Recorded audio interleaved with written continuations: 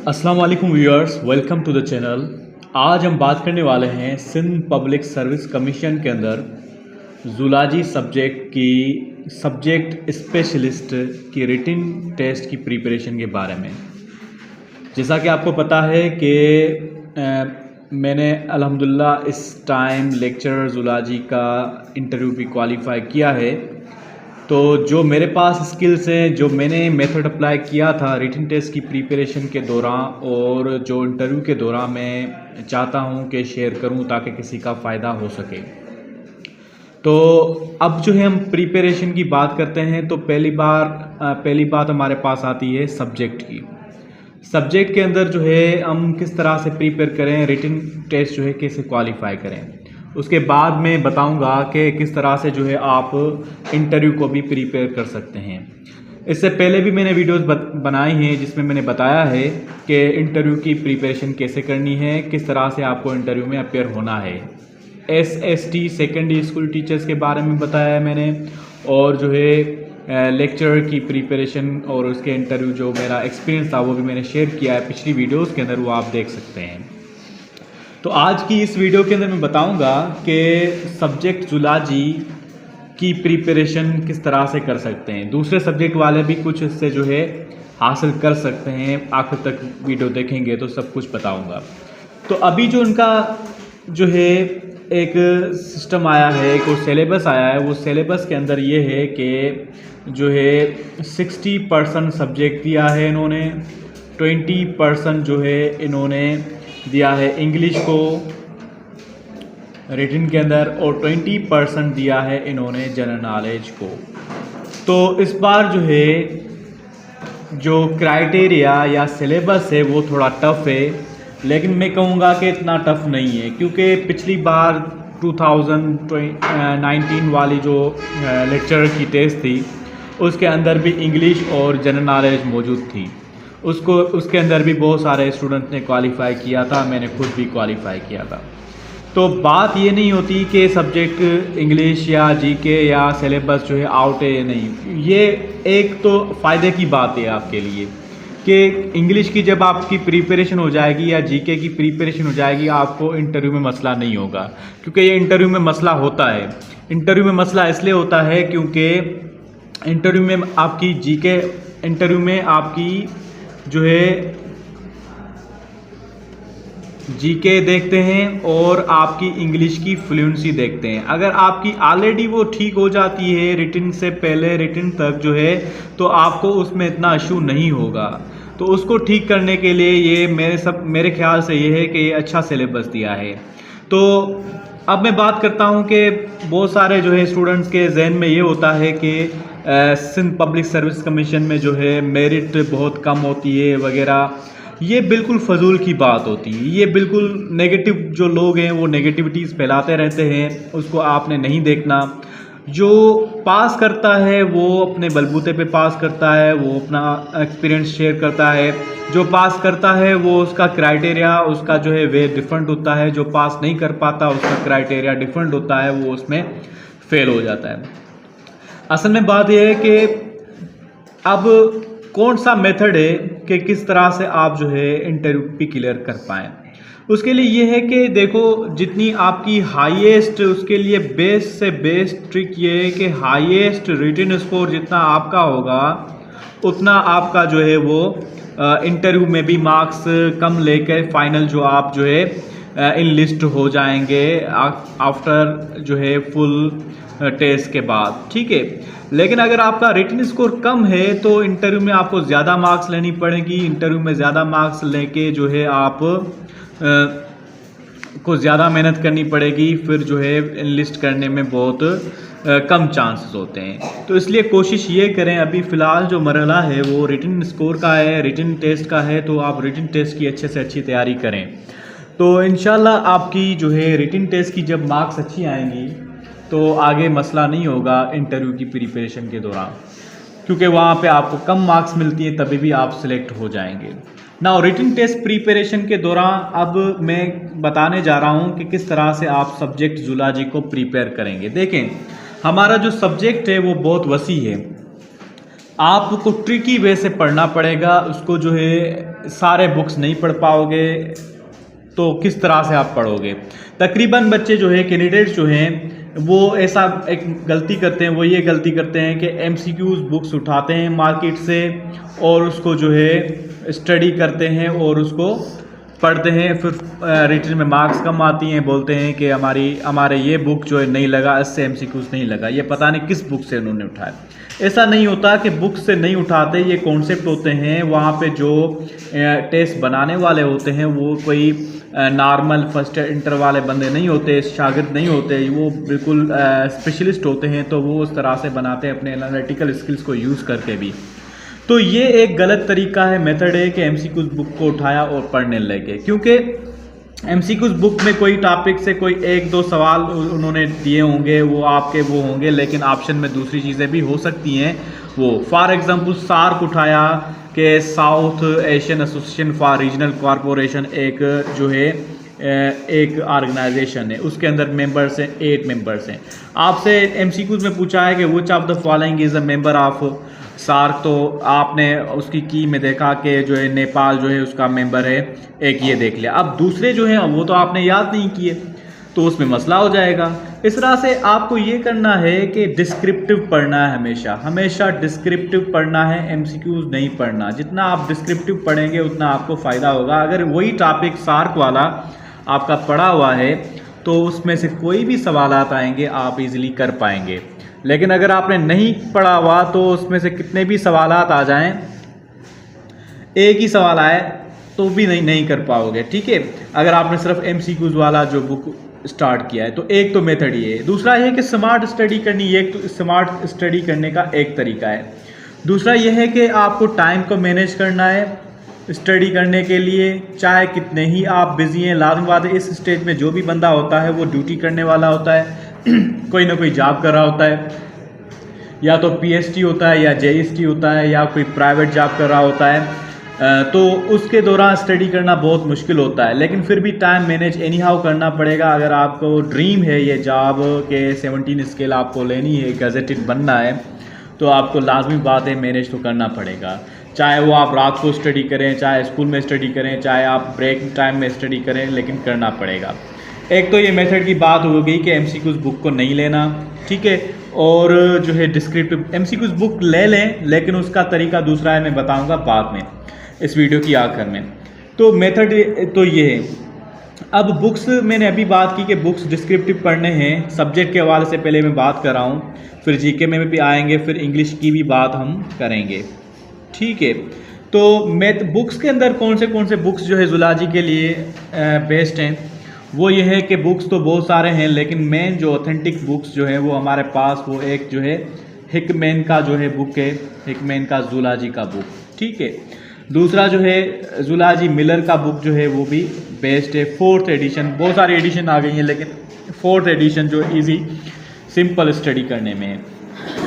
इसके अलावा जो है तीसरा बुक में रेफ़र करूँगा वो होगा कैम्पबेल का बायोलॉजी का, कैम्पबेल बायोलॉजी का बुक है, इसमें से आप ज़ूलॉजी वाला पोर्शन पढ़ेंगे। इसके अलावा जो है आप हिकमैन, मिलर और कैम्पबेल बायोलॉजी के अलावा आप जो है PS वर्मा के जो भी बुक्स हैं, वो इनवर्टिब्रेट ज़ूलॉजी हो या वर्टिब्रेट ज़ूलॉजी हो या जेनेटिक्स, सेल बायोलॉजी या इकोलॉजी हो, ये सब जो है वो सब भी हो सकते हैं। ठीक है, अब ये चीज़ें पढ़ के उसके अलावा इकोलॉजी का बुक आपको पढ़ना है साबिर अली शाह का, सैयद साबिर अली शाह का, ये बुक आपको लेना है, ये पढ़ना है। इंशाल्लाह सब्जेक्ट आपका यहाँ से क्लियर हो जाएगा। एक तो ये है डिस्क्रिप्टिव। दूसरा कंटेंट आपको ये है कि आपको प्रीवियस पास्ट पेपर्स भी उठाने हैं, पास्ट पेपर्स को देखें और फिर आप एनालाइज करें कि किस तरह के सवालात आते हैं, आ सकते हैं, कौन से एरियाज टच हो सकते हैं, तो उन एरियाज पे आप ज़्यादा तवज्जो दें। जैसे कि लार्वा के नाम, ठीक है, लार्वास के नाम याद करें, फाइलम जो आपके सारे क्लियर हों, उनकी स्पेशीज़ के नाम, स्पेशीज़ के साइंटिफिक नाम, जैसे ओबेलिया है, ठीक है, सीफर है, पिंक टाटा है, पर्ल ओइस्टर है वगैरह, ऐसे कुछ जो भी हैं साइंटिफिक नेम्स, ये आपको कोटपाल का बुक जो है वो भी आपको हेल्प करेगा, कोटपाल जूलॉजी, ठीक है, ये हेल्प करेगा इन चीज़ों के अंदर।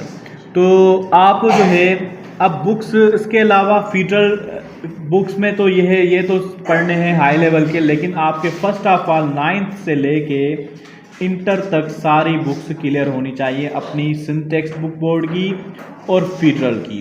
अगर ये दोनों आपकी क्लियर नहीं है तो ये सारी क्लियर कभी भी नहीं होंगी, इसलिए इनको ठीक से क्लियर करना है आपने, सही है। अब जो है एक तो ये हो गया, इसके अलावा जो है PS Verma, Hickman, Miller, Campbell biology, ecology, Kotpal और सिंटेक्स बुक बोर्ड, फीडरल बोर्ड, ये सारे करने हैं आपको, ठीक है। फिर मैंने बताया कि पास पेपर्स को आपने स्टडी करना है, ठीक है। MCQs बुक्स मिल जाएंगे, अगर नहीं है तो मेरे पास कमेंट में जो आप राब्ता करें और व्हाट्सअप नंबर भेजें तो इंशाल्लाह मैं भेज दूँगा, ठीक है।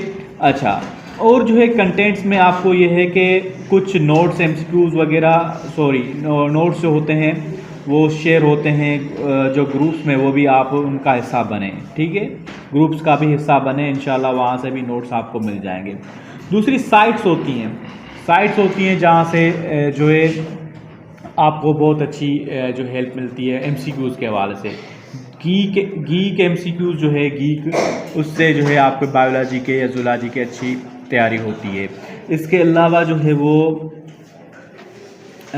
बायजूस एक वेबसाइट है जहाँ से भी आपको अच्छी तरह से गाइडेंस मिल सकती है, ठीक है। अच्छा, ये हो गया आपका सब्जेक्ट प्रिपरेशन में मैंने बताया, वापस बताता हूँ कि आपको जो डिस्क्रिप्टिव स्टडी करनी है उसमें जो है सबसे पहले 9th से लेके इंटर तक आपकी बायोलॉजी अच्छी होनी चाहिए, उसमें चाहे बॉटनी पोर्शन हो या जूलॉजी पोर्शन हो, दोनों आपके अच्छी तरीके से पढ़े होने चाहिए, ठीक है। उसके अलावा जो है आप फर्स्ट ईयर इंटर ये आ जाएँ, जो मिलर का बुक आ गया, हिकमैन का बुक आ गया, ठीक है, PS वर्मा के बुक आ गए, कैम्पबेल बायोलॉजी के बुक आ गए, इकोलॉजी के बुक आ गए, कोटपाल के बुक आ गए, ये सारे आपको जो है क्लियर करने हैं। फिर मैंने बताया कि कंटेंट्स में से दूसरे कंटेंट्स कौन से पास पेपर्स हो सकते हैं, कोई नोट्स मिल जाए किसी के शॉर्ट कीज़ में वो भी आप ले सकते हैं, लेकिन कोशिश ये करें, मेथड में एक और मेथड भी बताता हूँ कि अपने नोट्स बनाएं, make your own notes, simple की फॉर्म में जो है नोट्स बनाते जाएं। जब टेस्ट करीब आए नोट्स ऐसे बनाएं बिल्कुल की पॉइंट्स में, जैसे कि ऐसे nauplius is larva of what river जो भी है, ठीक है, इस तरह से आप की पॉइंट्स बनाते जाएं। तो जब ऐसा होगा कि फ़ाइनल में जब आपकी टेस्ट करीब आएगी, स्लिप्स भी आ जाएंगी, जब आप उसको रिवाइज़ करेंगे तो रिवाइज़ करने में बहुत ईजी हो जाए, क्योंकि इतनी सारी इन्फॉर्मेशन बायोलॉजी में आपको याद नहीं हो सकती एक ही टाइम पे, तो उसको बार बार रिवाइज़ करना पड़ेगा। तो उसके लिए नोट्स आपको ज़रूरी काम आएंगे। अपने नोट्स जब आप बनाएंगे तो आपको पता होगा कि कोई चीज़ कहाँ पे मौजूद है, तो ये चीज़ काम आएगी आपको। इसके अलावा जो है अब बात करते हैं कि जो है जनरल नॉलेज की, ठीक है। जनरल नॉलेज जो है बहुत वसी है। देखो, जनरल नॉलेज में ये है कि हम हैं, वी आर सोशल एनिमल्स वो होते हैं जो सोसाइटी बना के रहते हैं, और जो सोसाइटी बना के रहते हैं तो वो सोसाइटी में सारे मसाइल हैं, सोसाइटी के अंदर जो है बहुत सारी चीज़ें होती हैं, एक दूसरे के साथ कम्युनिकेट करते हैं, एक दूसरे के साथ काम होते हैं, दूसरे ममालिक के साथ काम होते हैं, एक कंट्री के दूसरे साथ हर रेट जो चीज़ों का बढ़ता है वो भी उससे रिलेटेड है। तो उसमें इंपोर्ट भी आ गई, एक्सपोर्ट भी आ गई, क्लास कौन से हैं, ठीक है, किसी कंट्री की जो है कौन सी जो है सकाफ़त है, ठीक है, किसी कंट्री का जो है कौन सा जो है कैपिटल है, करेंसी है, कौन सा जो है सियासतदान है, ठीक है, प्राइम मिनिस्टर वगैरह, ये सब चीज़ें जो है आपको नॉलेज होनी चाहिए, ठीक है। ये पूछ सकते हैं, मतलब MCQs आ सकते हैं।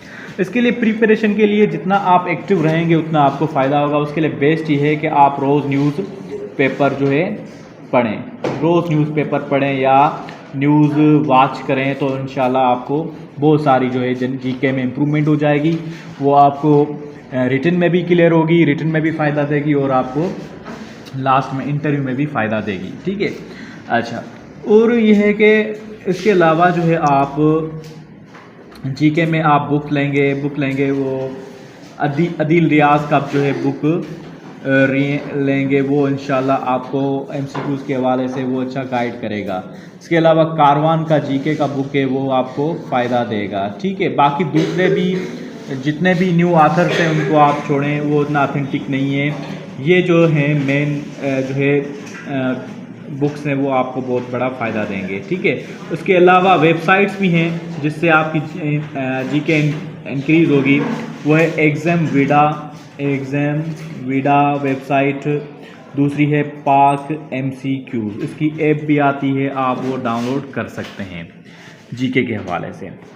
ठीक है, तो जीके में आपको सिर्फ ये नहीं कि दूसरी चीज़, जीके में आपकी जनरल साइंस भी आ जाती है। साइंस में आप बहुत सारी चीज़ें वो पढ़ेंगे, जैसे कि प्लानेट, सोलर सिस्टम के बारे में आप पढ़ेंगे, विटामिन्स के बारे में पढ़ेंगे। ठीक है, मीटर्स जो होते हैं, इलेक्ट्रोमीटर्स वगैरह, वो आप पढ़ेंगे। इसके अलावा यूनिट्स आप पढ़ लें जो है फ़िज़िक्स के अंदर जो हैं क्वांटिटीज़ उसके। ठीक है, और इसके अलावा जो है आप जो है साइंस में जितना भी हो सके आप 7-8 के क्लासेस के बुक्स जो हैं बच्चों से उठाएं और वहाँ से पढ़ना शुरू हो जाएं। इंशाल्लाह आपका यहाँ से साइंस क्लियर हो जाएगा। अच्छा, अब जो है बात करते हैं कि इंग्लिश का पोर्शन मेरे ख्याल से वीडियो बहुत बड़ी हो गई है, लेकिन फिर भी कोशिश करता हूँ। लेकिन नेक्स्ट मैं आपको बता दूंगा कि इंग्लिश और जीके में किस तरह से प्रिपरेशन करनी है। एक अलग से भी वीडियो बनाऊंगा जिसके अंदर ये होगा कि सब जो भी सब्जेक्ट स्पेशलिस्ट हैं उनके अंदर जीके और इंग्लिश के लिए किस तरह से प्रिपरेशन करनी है। तो इंग्लिश के लिए ये बात बोलूँगा कि इंग्लिश सिंपल टेंसेस आपके क्लियर होने चाहिए। ठीक है, और जो है पार्ट्स ऑफ स्पीच क्लियर होने चाहिए कि कौन सा एट, आन वगैरह कहाँ पे यूज़ होने चाहिए। एडवर्बल फ्रेजेस जो है वो याद होने चाहिए, और ईडियम्स याद होने चाहिए। ठीक है, ईडियम्स की मीनिंग याद होनी चाहिए। अब इनको पढ़ने के लिए जो है आप रेन एंड मार्टिन बुक जो आपका क्लियर होना चाहिए। इसके अलावा जो है रेविन मर्फी का बुक है, वो भी इंग्लिश का बहुत अच्छा है, बेहतरीन है। इसके अलावा वही बात जो है वेबसाइट से आप प्रैक्टिस ज़्यादा करें। पाक MCQs और एग्ज़ाम वीडा, इसमें से आपको बहुत सारे बुक्स मिल जाएंगे। इसमें से जितनी आप प्रिपरेशन ज़्यादा करेंगे, जितनी प्रैक्टिस ज़्यादा करेंगे, वो कहते हैं ना practice makes a man perfect. जितनी आप ज़्यादा प्रैक्टिस करेंगे उतना आपको फ़ायदा होगा, जितनी आप प्रैक्टिस नहीं करेंगे उतना फ़ायदा नहीं होगा। कोई भी टेस्ट हो, नो डाउट आप एक बार नहीं क्लियर करते इट्स ओके, लेकिन आपको तजर्बा ज़रूर होता है। हमेशा अप्लाई करें, जो भी फ्रेश एस्पायरेंट्स हैं उनको मैं बोलता हूँ हमेशा अप्लाई करते रहा करें, कभी भी छोड़ा नहीं करें। ठीक है, एक बार नहीं होता, दूसरी बार नहीं होता, चाहे आपकी प्रिपरेशन हो नहीं हो, लेकिन फिर भी आपका गेस पावर बढ़ता है और आपकी पेपर देने की जो तरीका है वो ठीक से होता है। इसमें टाइम मैनेजमेंट आपको ठीक से करना है। टाइम मैनेजमेंट बड़ा इशू होता है, आपको ठीक से जो है टाइम मैनेज करके देख के जो है अपनी वाच ज़रूर लेके जानी है टेस्ट के दौरान। और टेस्ट से पहले जो है आपको कुछ भी नहीं पढ़ना, आपके जो है स्टेशनरी वगैरह NIC वगैरह बिल्कुल ठीक हो। जब आप पेपर के करीब जाएँ तो हर चीज़ आपके पास ओके हो, वहाँ पे कोई टेंशन की दुश्वारी ना हो। ठीक है, ये सब कुछ जो है, पानी जो है कम पीना है वहाँ पे इतना जो है, और ये सब कुछ है। इंशाल्लाह मैं नेक्स्ट वीडियो के अंदर आपको बताऊंगा और कुछ भी इनके बारे में। आपको कोई भी सवाल हो तो नीचे कमेंट में आप ज़रूर पूछ सकते हैं, मैं उसके हिसाब से अलग से वीडियो बना लूँगा। बहुत बहुत शुक्रिया, थैंक यू।